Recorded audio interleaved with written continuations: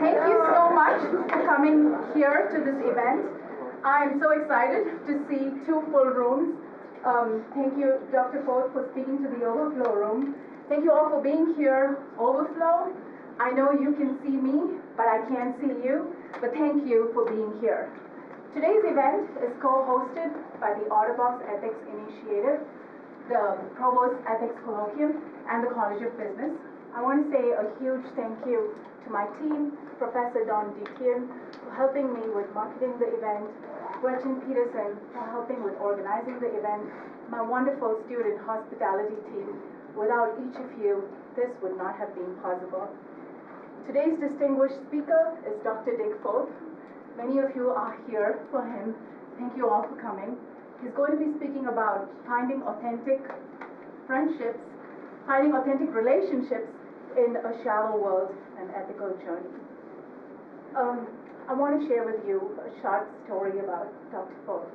A few years ago, I was in Washington, D.C. for a fundraiser dinner of a nonprofit organization. And there were only 3 people in the room that I knew. One of them was Dr. Foth.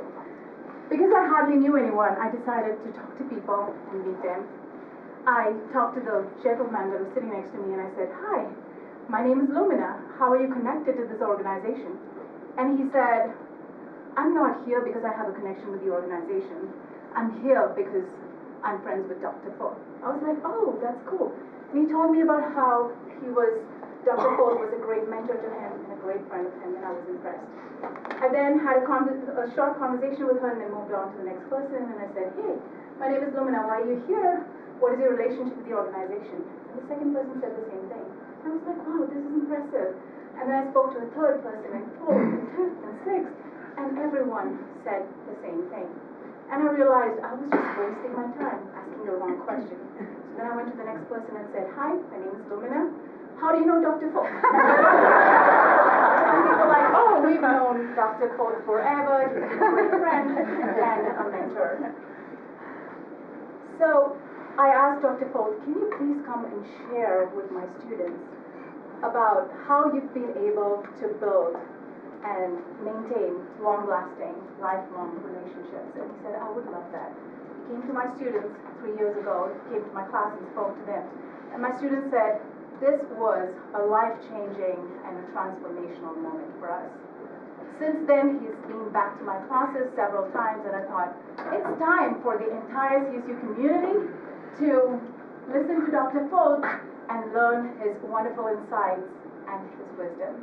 So here you are. Thank you so much, wonderful students, CSU faculty and staff, for being here at this event. It is an honor to see you. I also know that we have among us some very important people who are among Dr. Foth's circle. Thank you for saving this date and time on your calendar, for making the time amidst your busy schedule to be here. I appreciate and honor you so much. Thank you so much. For those of you who don't know Dr. Foth, Dr. Foth has spent around 12 years as a pastor, around 14 years as the president of a college in California, around 15 years of life coaching for government officials and business leaders in the DC area. He is the author of three books. My favorite book is Known, which he has co-authored with his lovely wife, Ruth Foth. It's called Known, Finding Deep Friendships in a Shallow World. This is something I read very often. I highlight it, underline it, and use it for my own practice of relationship building. Thank you so much for sharing your wisdom through this book. Dr. Foth is often described by his mentees as the man, the myth, the legend.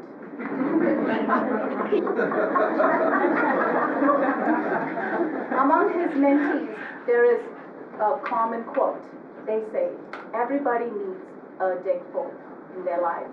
I am so glad and honored that today we have the Dick Foth in our lives. Thank you so much.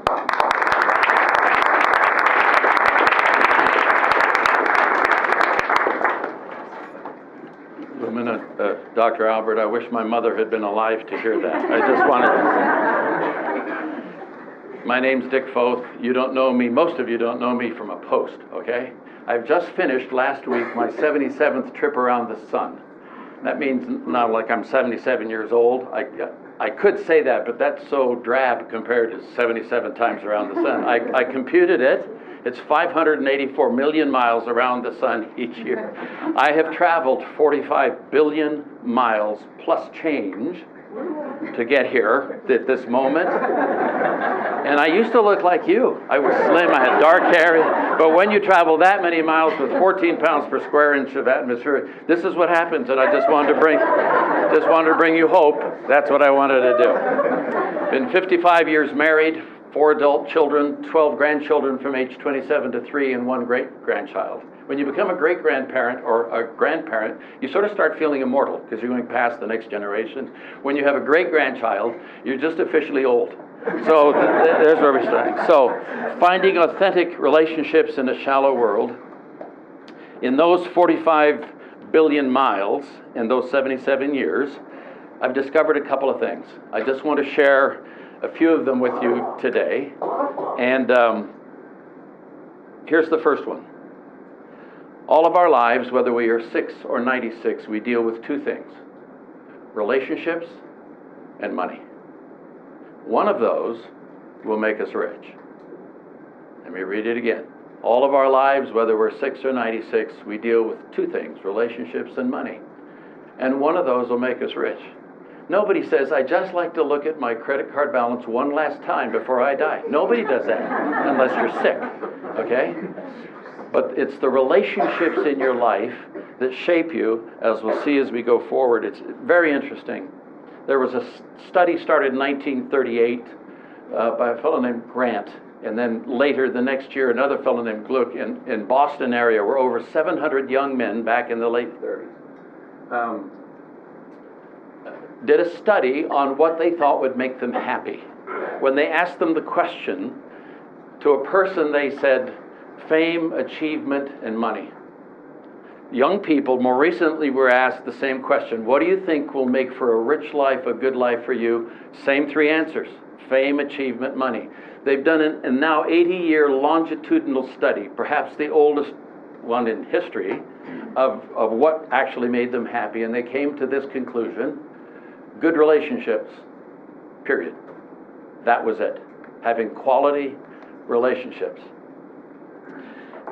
Within the arc of relationship, friendship to me is the deepest, and I want to talk about that today. But it's not easy to get there. Shakespeare said this: words are easy like the wind, faithful friends are hard to find. So we live in this tremendously challenging day. It's high speed, it's high tech, it's high intensity, it is hyper-connected. 6 years ago, I was sitting at breakfast with 2 or 3 CSU students, and I said, so give me a word that describes your age group. This is 6 years ago. And this one kid said, overwhelmed. And I'm thinking, really? My parents group was overwhelmed. They had like the First World War, the Great Depression, Second World War. What are you overwhelmed by? He said, information. I said, I get that. There's been more new information created in the last 2 years than in the history of mankind, and it will happen again in the next 2 years. So it's just overwhelming, and we get so much of it all the time from all the sources. I said, but you're so connected. I said, you got Facebook and Snapchat, back when Facebook was in, Facebook and Snapchat and Insta. He said, yeah, I'm connected with a lot of people. My problem is I just don't know how to start a conversation. And when I think about that, I think about what Dr. Sherry Turkle of MIT, who studied this for 20 years, says in her book, Alone Together, Why We Expect More from Technology and Less from Each Other. Technology proposes itself as the architect of our intimacies. Digital connections and the sociable robot may offer the illusion of companionship without the demands of friendship. Our network life allows us to hide from each other, even as we are tethered to each other. So friendship, relationship, is the opposite of hiding. Relationship is the opposite of hiding, and it carries these 2 things that most of us crave. I believe we're designed for it: authenticity and vulnerability. What's real, and tell me about it. Those 2 pieces. Hermann Hesse, the German author said it this way: when the ways of friends converge, the whole world looks like home for an hour. The ethic embodied in relationship or in friendship, I believe, is love. You say, really? We're going to go there? Love is such a squishy word. I said to our grandkids one time, love is an accordion word. And they looked at me and said, what's an accordion? You know, what I mean is love can mean I love pizza, I love climbing Horsetooth Peak, I love the Pacific Ocean, I love whatever. You know, it's sort of that kind of word. I'm not talking about romantic love. I'm talking about the kind of love that stays with it. When you listen to a 320-pound lineman, when they've just won whatever the game is, say, you know, the reporter will say, so why do you think this happened? They said, we just love each other. I'm saying, really? When you listen to how great companies work best, it say that the people in leadership are friends. When you think about a combat veteran who says, I'll fight for flag and country, but that's not what I'm about. I'm about, if I'm going to go down, I'm going to go down with these guys, with these buddies. I have a young friend who's now in his mid-30s. I met him when he was 23. He's in the Airborne Rangers. He graduated from Fort Collins High School. He was on the front page of the Army Times 3 years ago as one of the 10 most decorated soldiers since 9/11. He has 3 Purple Hearts for wounds. He has 5, as of this past week, Bronze Stars, one with a V for Valor. And any of you who know the military know you just don't happen on a Bronze Star. And he has 2 Silver Stars, earned in the same month. When I went to his wedding in Destin, Florida, at a military reservation some years ago, where you signed the register, there were 3 pictures of members of his squad from back in the day who had lost their lives in Afghanistan. And they were there when he was getting married. They were there, and their families, at least one of the families, was there. Because that kind of love, the kind of love that goes into the hard stuff, is what I think of as the ethic of friendship. It's the kind of love that sends a young mother into a burning building to save a baby or a young child. Love is an ethic that focuses one place. It focuses on the other's good. I want the best for you. You're my friend. That's the ethic of relationship. That's how it works. So let me give you a definition of love. Love is the accurate estimate and the adequate supply of another person's need. Love is the accurate estimate and the adequate supply of another person's need.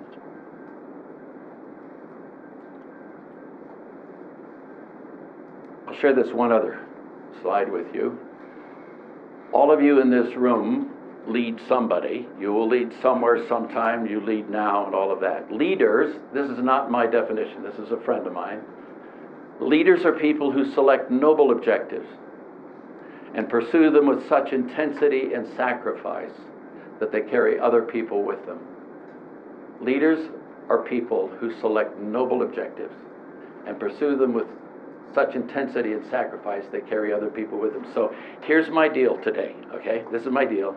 I am suggesting that to select friendship is one of the noblest things you can do. You can interview half a dozen, 150, 50-year-old men, and sometimes it's hard to find one who says, I have one friend that I can really count on. So, leaders are people who select noble objectives. But the question is, how do we get there? I suggest we get there by stories and baseball. Okay? Any Major League Baseball fans here? Do you know what today is? Today is the earliest opening day in the history of Major League Baseball. March 28th, 2019, all 30 baseball teams are playing, and it's going to be 31, counting us, because we're going to play baseball, okay? So let's play ball. Back in 1972, when I was 30 years old, Ruth and I were given a trip to Sorrento, Italy to a conference. I had never been in a small group. I'd never understood how those worked. Now today everybody's in little groups in class and we collaborate on stuff. But there was a guy who gave us 4 ideas, and he put it in the shape of a baseball diamond. So this talk, within the next 40 minutes, I'm going to give you 4 ideas and 2 questions, okay? 4 ideas and 2 questions, and that's my gig. Here we go. First base, if you want to have a relationship or a friendship, is history giving. Or today, more commonly, you would call it story. History giving or story. And when you think about relationship, this idea is at the heart of who we are. This is Ursula K. Le Guin, who's a sci-fi writer, died a couple years ago. And she said this: the story, from Rumpelstiltskin to War and Peace, is one of the basic tools invented by the mind of man for the purpose of understanding. There have been great societies that did not use the wheel, but there have been no societies that did not tell stories. So, authentic relationship and friendship starts with a simple question. It starts with a where, W-H-E-R-E. Everybody has a where. I used to say to people for first base, because I wanted to hear their story, I used to say, so, what do you do for work? Well, that's a crummy place to start. Because if they just lost their job, or in D.C., like, you're in transition. They don't say you've lost your job, they just say you're in transition. That's not a good place to start. So I started saying, so where were you born and raised? That's a good place, because everybody was born and raised somewhere, even if you moved around a bit. Until I ran into a former captain in the Coldstream Guards in D.C. Those are the guys with the bearskin hat that guard the Queen. Very British. I said, Anthony, where were you born and raised? He said, I was not raised. Pigs are raised. I was brought up. So ever since then, I've seen where you're born and brought up. And now I've shifted to where is home for you originally? I was born on March 17th, 1942, 3 months after Pearl Harbor in Alameda, California. When I was 3 years old, my parents went as missionary educators to South India, and there I spent my first 3 years in a British boarding school up in the tea plantations. And I was talking to Dr. Albert. We have something in common, that we both went to school about 10 kilometers apart, about 40 years apart, maybe 50 years apart. And she was smart, and I just hung out. But it was a British girls' boarding school. They let little boys go there till they're 10, and they figure out those are girls, and then they shipped them someplace. I have no idea. But I came home from India saying, please pass the water. It's just who it is, or who I am, excuse me.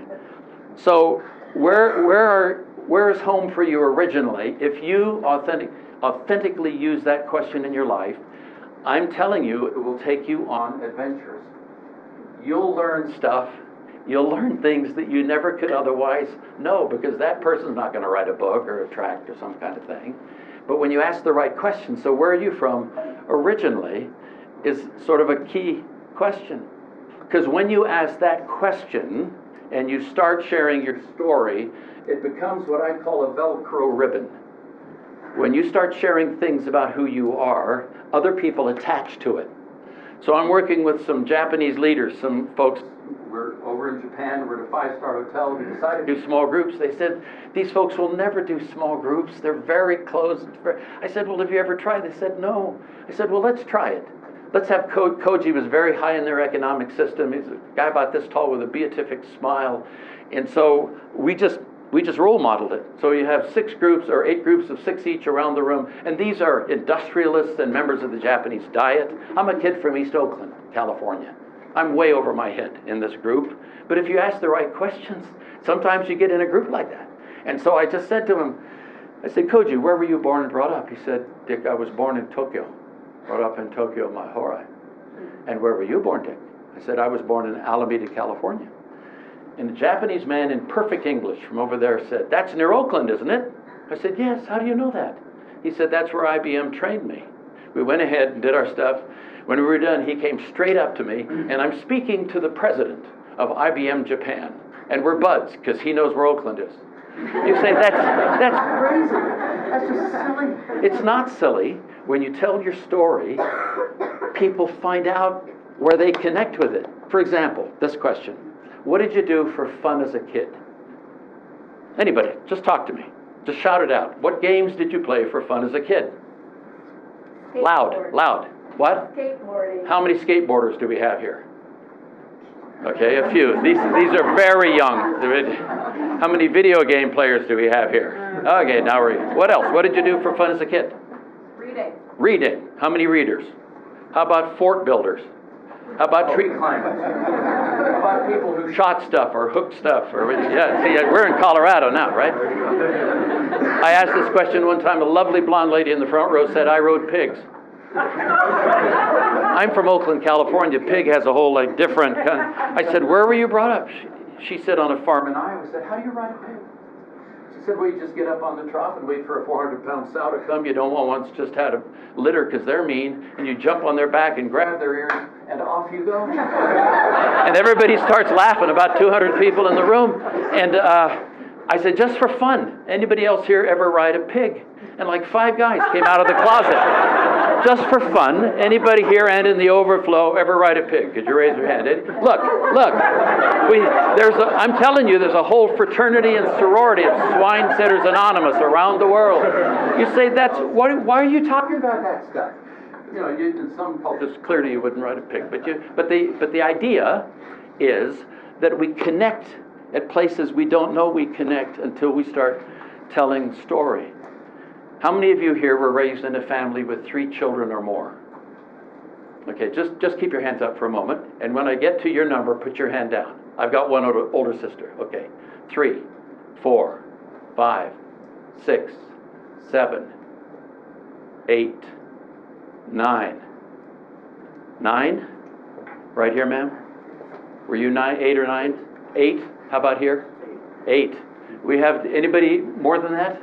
We have two 8s here. I think. What's your first name? Nora. Nora and Silas. Silas. Let's hear it for Nora and Silas. Just the fact that they're here. I can tell you 2 things about yourself, depending on where you are in the birth order. One is you know how to eat fast, and the second is you know about hand-me-down clothes if you're further down in the birth order. You say, what does that have to do with anything? Nothing if you don't want to be my friend. But the thing about telling your story is that you tell all of your story. I can tell you I can say one phrase to you and it'll change how you see me. I come from a broken home. Probably half of us in the room get that. Or from age 5, when I was in that British boarding school, until age 28, I was a severe stutterer. I stuttered horribly or well, depending on how you view that. But if anybody in the room has had a speech impediment or does, we're together. If anybody here was scared because they don't know what's going to happen when a home breaks up, we're together. Okay? It isn't in the places of your successes that people connect with you. It's in the places of your suffering that people connect with you. Because all of us know that. Not very many of us know real successes, and some, we have our own share. But this idea of connection at the place where I heard is a profound thing. I believe I see people, I've changed how I see people. Somebody asked me one time, who are some of your favorite authors? And I said a few. I said, but actually I have 2 libraries. I have the one that you can check out or download. But I have this other one that doesn't have tree skin on it. Those are called secondary resources. When you write a paper and you cite a reference, it's called a secondary resource. If you interview somebody, that's a primary resource. I have a whole library. Some of them are sitting here in the front row. I know these folks, okay? They have human skin. And when they tell their stories, it has emotion, it's got passion, it's got joy, it's got anger, it's got frustration, it's got history. There's something about the library you're sitting next to, the walking book, the memoir, if you will, that is profound to read. And the way you turn pages in that book is to ask the right kinds of questions. That's the page turner.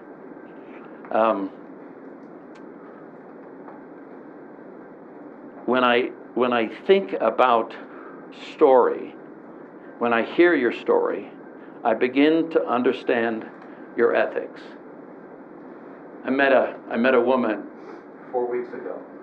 I had read of her I had seen her, I had heard her, but she was born into a black community, Birmingham, Alabama, back in the 1950s. By the 1960s, Birmingham was the largest segregated city in the South. It was the place where Martin Luther King wrote his letter from the Birmingham jail. It became known as Bombingham in the summer of 1963 because bombs were going off all kinds of places. And this young woman was born into a middle-class home. Education was a high priority. And her mom taught her piano. She learned to ice skate. She learned to speak French. They moved to Denver. She ended up going to Denver University and taking Russian studies. And at age 27, she became assistant professor at Stanford University, and by age 38, she was the provost of Stanford University. Provosts run the campus. Presidents raise the bucks, provosts, this is very simple. Provosts run the campus, okay? And then she became the first female national security advisor to a president in our history, and the first black woman to be Secretary of State. Her name is Condoleezza Rice. And I had the privilege of having a public conversation with her the first week of March. And I had read her memoir, this book, Condoleezza Rice, a memoir of my extraordinary, ordinary family and me. And I just asked her before we started, I said, Dr. Rice, she said, please call me Condi. I said, well, please call me Dick. And so that thought that I wanted to bring to her, I said, I just want to give you a sentence or a phrase from your memoir, and I encourage you to read this, by the way, and you just give me the context. So I said, Italian. She said, my mother loved Italian opera, and she wanted me to have an Italian musical name. She thought of, I think it's Andante, it means slow, but that you don't want to name your daughter slow. Then she thought of Allegro, which is fast, but in the 50s you don't want your daughter named fast. And so that's what she said. And she said, so she came up with Con Dolcezza, which means to play with sweetness, and she shortened it to Condoleezza. Dr. Condoleezza Rice is this iconic person. She's just fun, right? And so I said to her this from the book, you are a ray, because I wanted to see what shaped her. What are the ethics of her life? She said, my mother's family name was Ray, and they were a proud people, and they always had a car, and my parents always had a car, because in segregated Birmingham, if you were black, you sat in the back of the bus. And they were determined they would not sit in the back of the bus. And when I went out for an evening with other young people, she said, they would always say, remember, you are a ray, which means you're proud, you walk tall, you act honorably, you tell the truth. Those were her ethics built into her from that family. The ethical part of your story shows up when you tell your story. The thing about history giving, and I gotta hurry here, okay? The thing about history giving is, this is not Facebook or some other social media entity. If you want a friendship, you cannot curate this. You cannot just tell me the good stuff, your best self. You cannot do that. If we're gonna be friends over time, I'm not gonna tell you all my junk right at the front end. Yeah. I can't even remember all my junk, so it takes me time, you know? But the point is, if we're friends, we learn over time the things that shaped us, either the good things where people left their positive fingerprints on my soul growing up, or the things that hurt me, and I'm trying to work it through, or maybe I think I got past it, whatever it is. A friendship over time shares those things. I think that's why guys oftentimes, men and women in the military under duress, get so close. Because if you think you're going to die in 72 hours, there's something about sharing your heart with somebody close by that is profound. Some people say, you know, I don't want to tell my story because I have scars. If you're looking for somebody that is not scarred, you're on the wrong planet. Okay? You can't tell by looking at somebody their story. You can't tell just by looking. Nobody here, this is Darren Atterbury, who's our city manager, the good friend. You wouldn't know just by looking that he was brought up in Northern California, and he has a great love for the Oakland Raiders. I just want to put that out there. Yeah. You wouldn't, this is Dr. Chris Melby, who's in the nutritional science department. You wouldn't know, you think he teaches nutritional science, he does that, but he goes to Ecuador and works in villages with people to help them increase their ability to have good nutrition. And then on the side, he climbs mountains. I don't mean like Horsetooth Peak or even a measly 14er. He does 20,000 foot peaks, and he teaches in your nutritional science department. Or my friend right here, this fellow right here, he's a Dr. Mark Bouster, just retired as a plastic surgeon. He and his wife from South Africa. And a number of years ago, he had an accident with a model airplane, and a rotor of a helicopter went through his left eye and blinded him. And he was back in surgery for somebody else within 10 weeks. And he's an outstanding world-class plastic surgeon who does cleft palates in babies. You wouldn't know that just by looking at him. There was this other guy that a young woman was sexually assaulted decades ago, and she had a baby as a result. And the baby was put in an orphanage, and at age 5, that young boy was adopted out to an adoptive family, and 50 years later, he went looking for his mother. Found his mother, called her on the phone. First 3 times, she hung up. Last time he called, he said, I'm going to leave my number. You don't have to call me back, and if you don't call me back, I'll not bother you again. I just wanted you to know, thank you for giving me life, and that I've done well, that I'm okay. Because he had gone on to become a police sergeant in this town, and then be a member of the city council, and then be mayor, and now he's finishing his final term as a city council member. Ray Martinez, sitting right here, he told me I could tell this. He wrote it in a book, and he said, I'll never forget that next morning when I said, you don't have to call me. If you don't call me, it's okay. The phone rang, I picked it up, and it's my mother. She's in tears. She's weeping, and she says, Ray, this is your mother.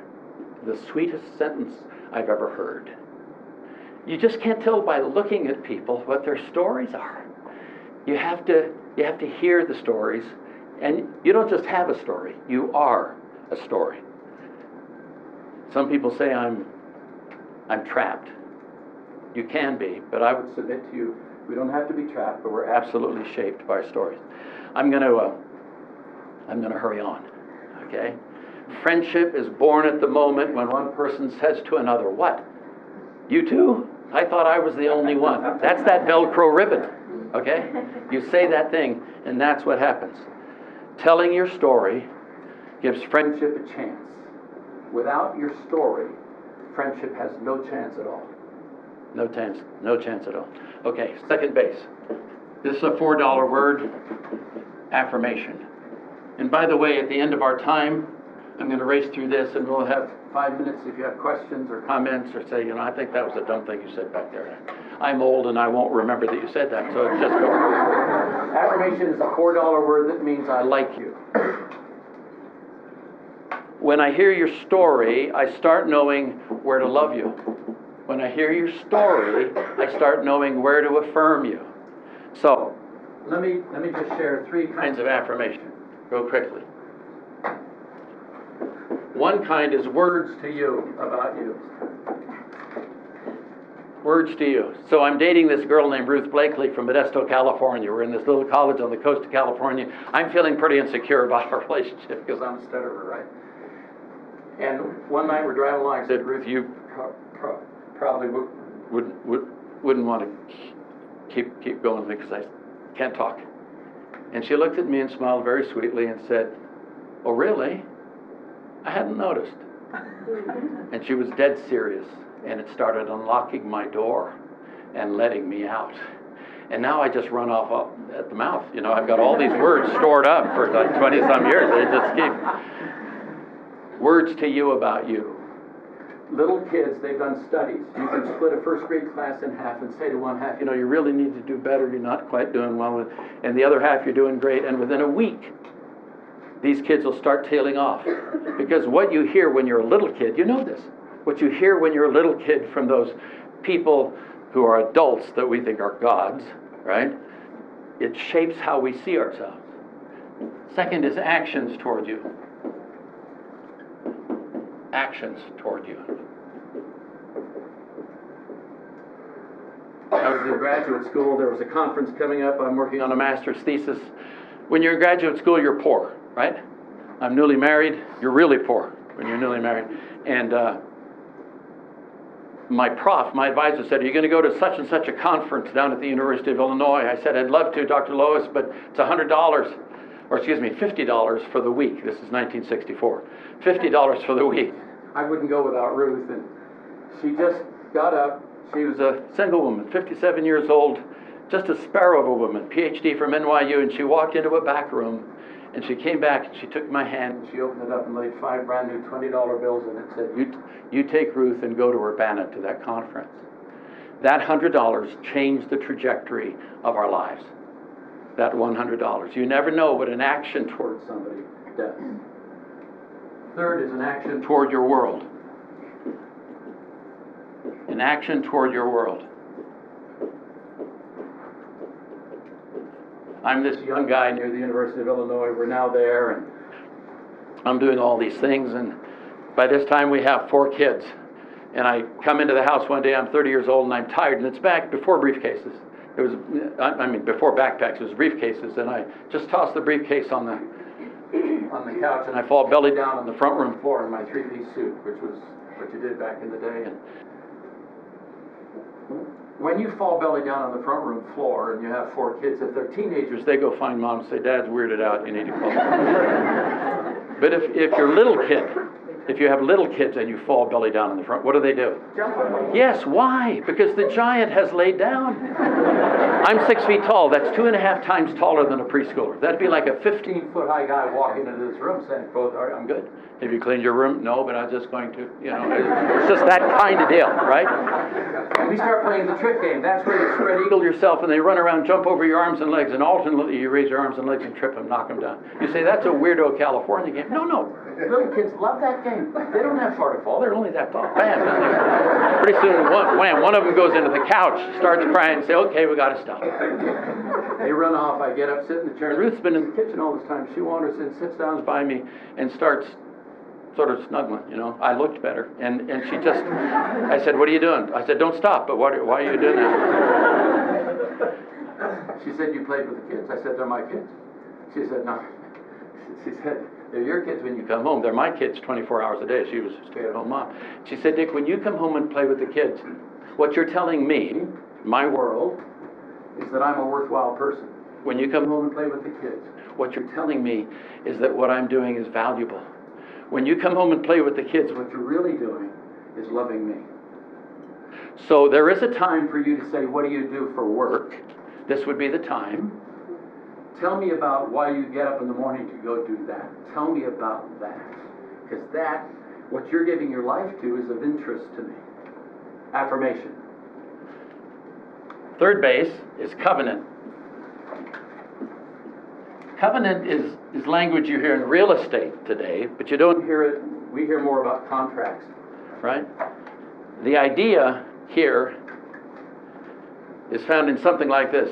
Some of you have been in the military and you stood and raised your hand and said this: I do solemnly swear that I will support and defend the Constitution of the United States against all enemies, foreign and domestic, that I will bear true faith and allegiance to the same. I will obey the orders of the President of the United States, the orders of the officers appointed over me according to the regulations of the Uniform Code of Military Justice. So help me God. That's called an oath or a covenant or a pledge or a promise.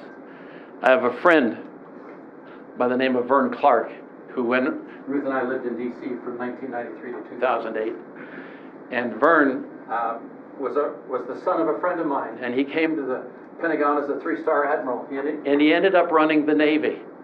When you know somebody who runs the Navy and you go and visit them, you don't have to have any credentials. People think you're important when you go and visit people who are important.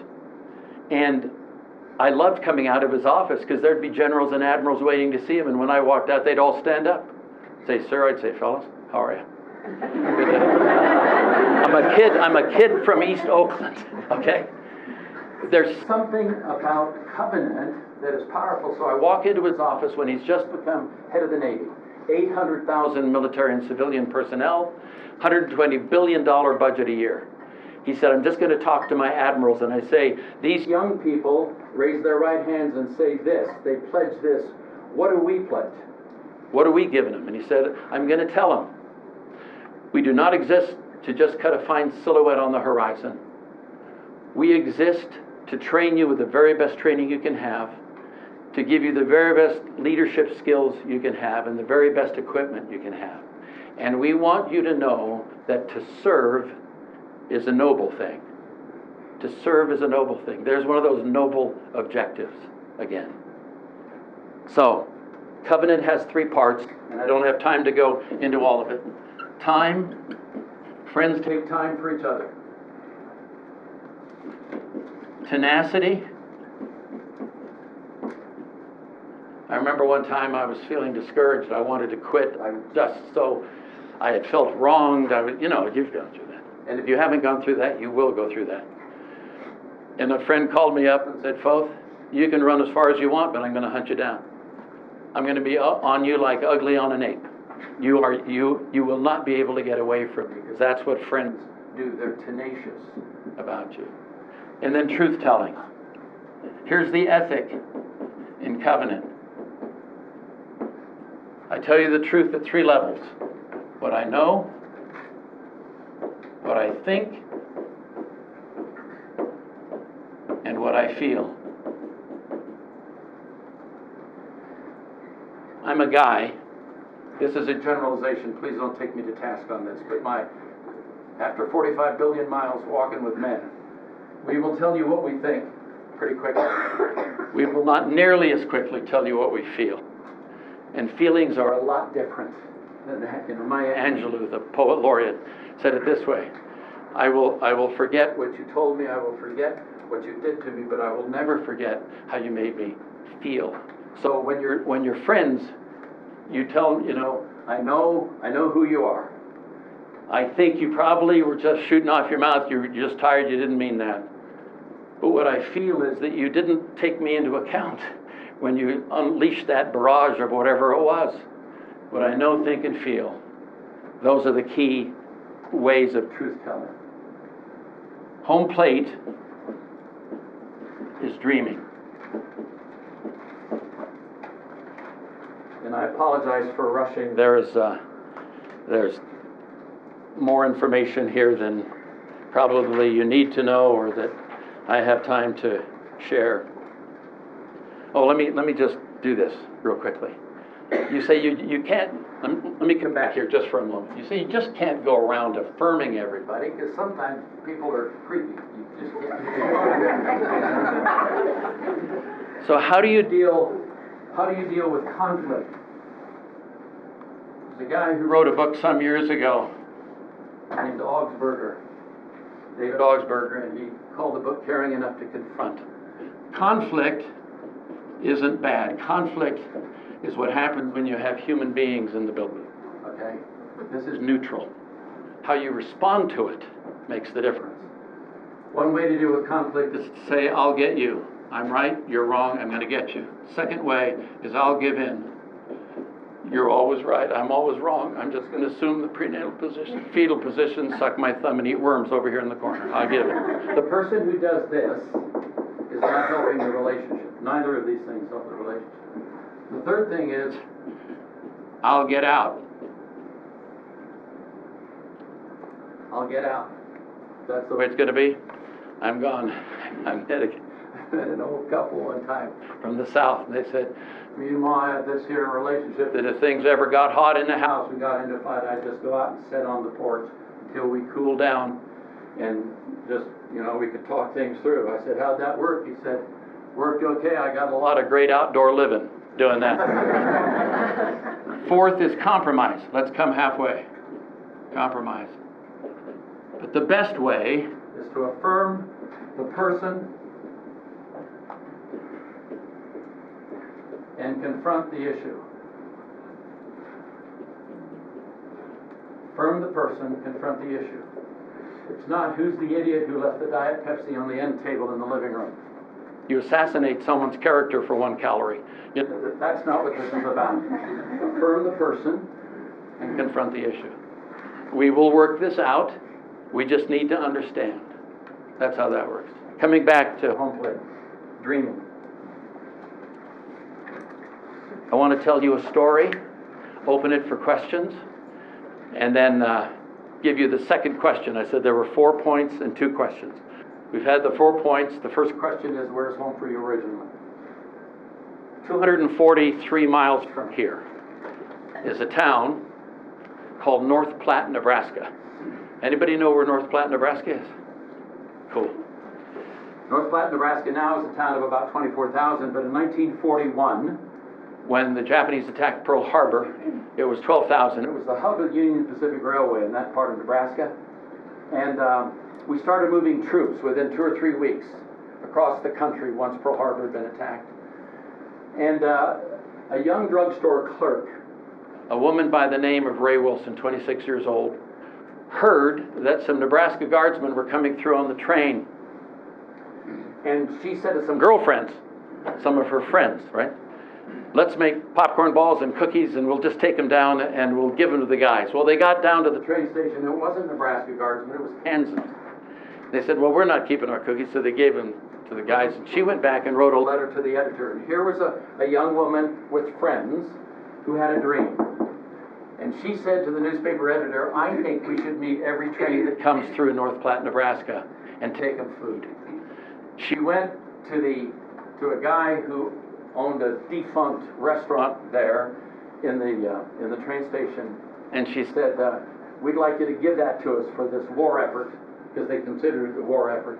And so he did that, and they dubbed it the North Platte Canteen. You can Google this, you can go online and see.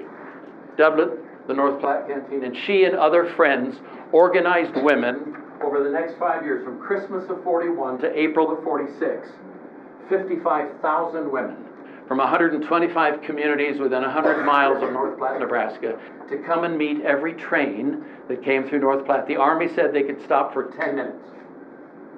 And these women, almost all women, would bring food. Everything was rationed. Those of you younger even I don't know this.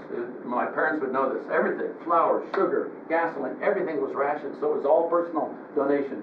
They would come and they would bring fresh food and they'd put it in this restaurant.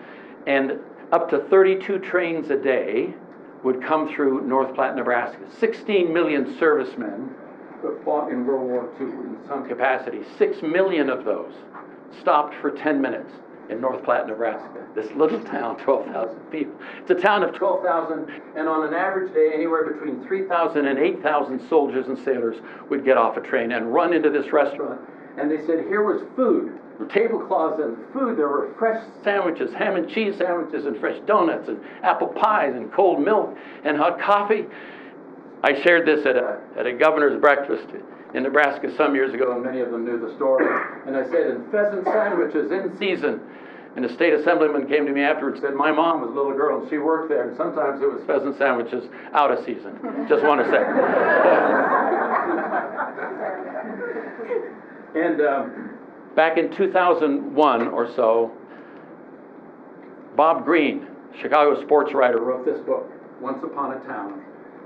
I encourage you to read it. It's not just a slice of Americana, it's a slice of friendship and relationship.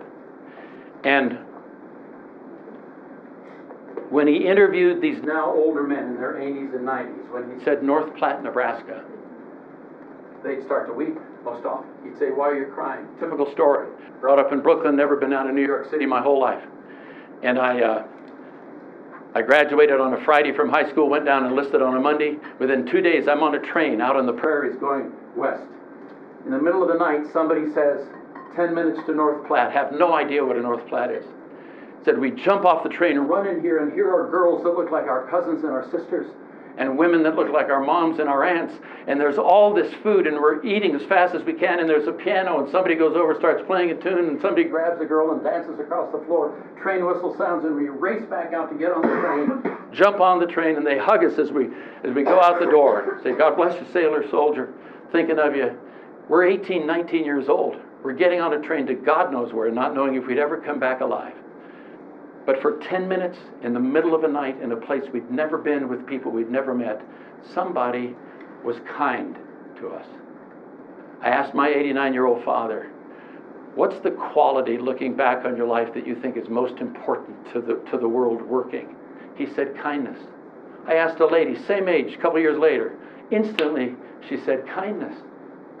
I told this story to a youth organization, their 60th anniversary. A young woman came up to me. She was a staffer for this group in Lehigh Valley, Pennsylvania. She said, as you were telling that story, I was thinking of my grandpa.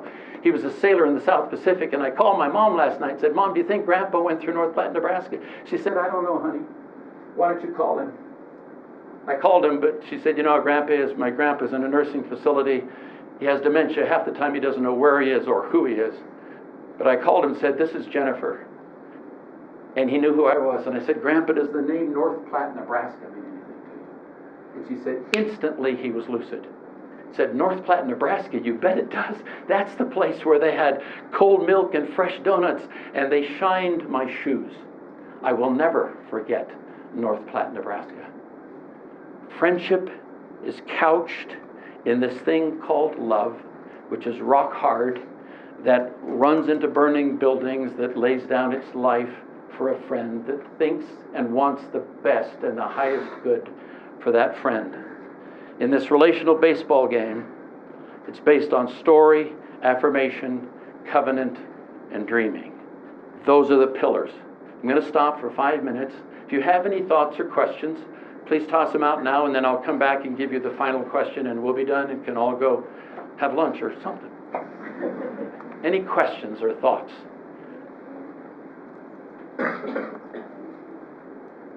Yes, ma'am. I have a question. So you talked about truth telling, like Yes. in the third base. Yes. But where does like the establishment of truth between like individuals come out? And like trust. I mean, like trust. Yeah. The question is, in truth telling, where does the establishment of trust come in? I would submit this, that as we get to know each other by telling our stories and affirming each other, because nobody wants to hang with somebody who doesn't affirm them. No. You know, I didn't hang out with Ruth so she could tell me what I'm not. I know what I'm not. I desperately need somebody to tell me what I'm not. But when you do this, then you start having little covenants like, why don't we have coffee? Or why don't we hang out, go to a movie, or go see whatever. And the essence of this, the essence of love, is trust and respect. Trust and respect are both earned and given. That's why when there's a real problem in a relationship, trust and respect take it in the teeth, if I can put it that way. So it takes a long time, I think, in most cases, to earn trust and respect. So it's it's sort of a sacred commodity, if you will. But I think it comes out of doing these things. Thank you for the question. There's another question back here. Yes, sir. I was just wondering, a lot of us move around a lot for college and everything. We have some good friends back home. Do you have any suggestions for how we keep those relationships alive? Yeah. Question is, how do you keep relationships alive from back home friends, right? It's very interesting in Washington, D.C. You get into the House and the Senate or the White House or the Pentagon, and President Obama, let's just use him, he reaches back for his college friends to come play hoops at the White House. Most people on the Hill will reach back, because once you're in power, you don't know why that person wants to be your friend. Actually, you usually do know why that person wants to be your friend. And you reach back for the high school chums and the college chums because you trust them and you know them, and they probably got stuff on you, so you want to keep them close. No, I would say work at those, don't let those friendships go, because these friendships here and in high school will be some of the closest friendships you'll ever have. And if you have one or two at the end of the day, you're rich. Because friendship takes time. It takes tenacity. It takes engagement, not just a text or a tweet. It's got to be more than whatever it is. It's, you know. Thank you. Good question. Anybody else? Some other question? Yes? I have a question. Just like most of my friends are the same kind of stereotypical, like the comfortable friends. How do I get outside the bubble, like having different friends. How do you find uncomfortable friends? Right.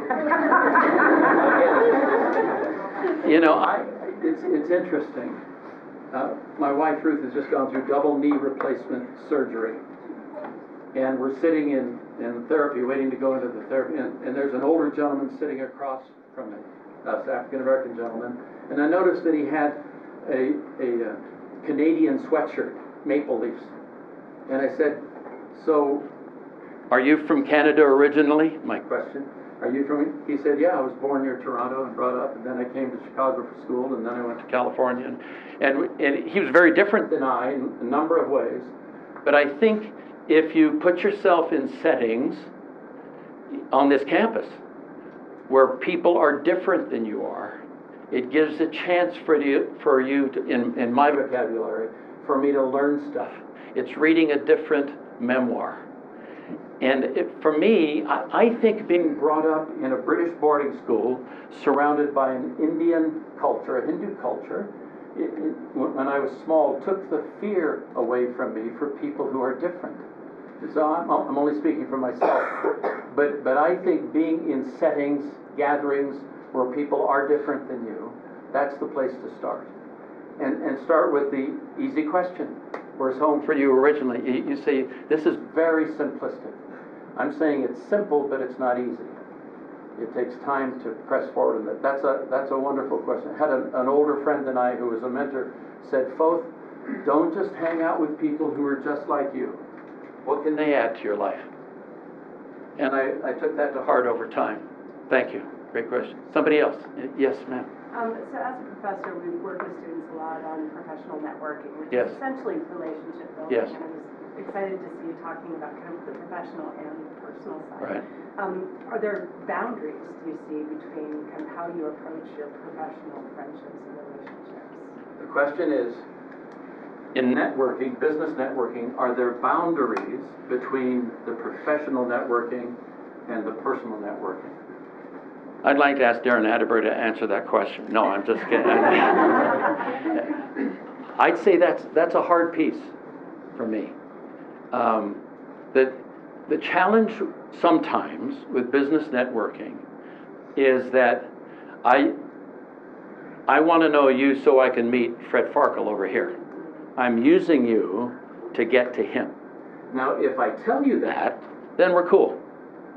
Okay? I can say, I want to meet you and so forth. But I think what happens is when you are satisfied with meeting that person and they know it's stopping there, there's something about the connection that works better. I can't tell you how many times I've walked into a senator's office or the Pentagon or some other place, and I get to know the person at the desk, the person who's not getting paid very much. But they're a real person. They're just not a functionary. If they don't do that, that office doesn't work very well. And so I found that in nurturing that relationship, if there was something needed down the road, that person might volunteer that. I don't have to ask for that. But I think the line between professional and personal is hard. Hard in the sense that most things need to be treated professionally. But there are on occasion chemistries that work where the professional is also personal. I think that's the best I can do. I wish I had a deeper, more creative answer, but I think. Somebody else, any other thoughts? Okay, I'll give you the last question.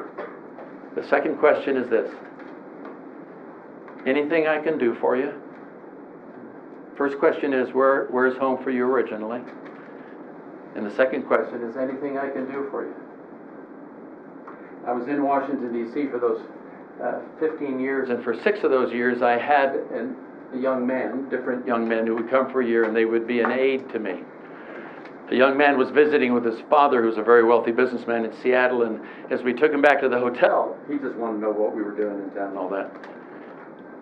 He turned to me, he was 21 years old, he turned to me and said, Dick, is there anything I can do for you? At that time, I was 61 years old. He was younger than all of our kids, and he's saying to me, anything I can do for you. And it caught me off guard. And so I just blurted out, he said, well, when you graduate from college, why don't you come spend a year and be my driver and secretary and hang out, and we'll do stuff and so forth. So in April the following year, I get a call. And he said, does the offer still stand?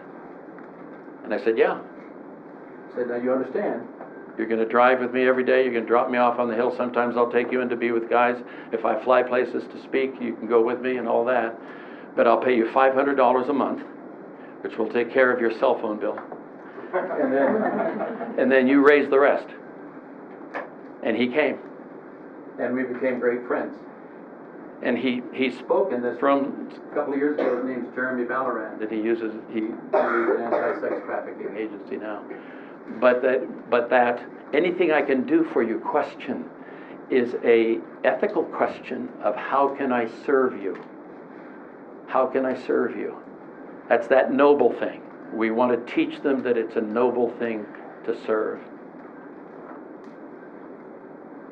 If you ask that question, I can guarantee you three things. Anything I can do for you. I can guarantee you these three things. One is that your life will always have meaning. Two is that you'll always have friends. And three, you'll never be out of work. Just saying, okay? So, in this relational baseball game based on story, affirmation, covenant, and dreaming, and fueled by two questions. Where's home for you originally? Anything I can do for you. When you play this baseball game, everybody wins. That's it. I'm out.